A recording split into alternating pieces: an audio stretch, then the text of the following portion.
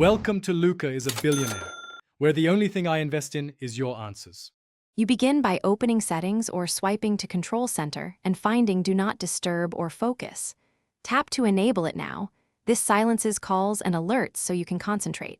Once done, choose between a simple on/off or a quick schedule for the next hour. Make sure to set sound and vibration preferences so notifications won't interrupt. You'll see a status icon confirming it's active, which helps you and others know your availability. Now customize exceptions so important things still get through. You can allow calls from favorites, a specific group, or enable repeat callers to bypass Do Not Disturb. This prevents urgent calls from being missed. Once configured, permit alarms and critical system alerts so scheduled alarms still sound. For fine control, add app exceptions for messaging or navigation.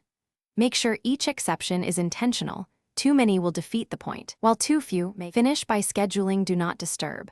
Choose time ranges, location-based triggers, or calendar events so it starts and stops automatically.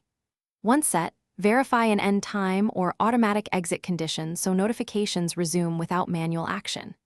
If Do Not Disturb seems ineffective, check focus profiles, battery saver settings, and individual app notification permissions.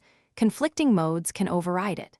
If problems persist, restart the device and reapply settings. This resolves most lingering sync or permission issues quickly. Thanks for watching and please subscribe. It's the best investment you'll ever make.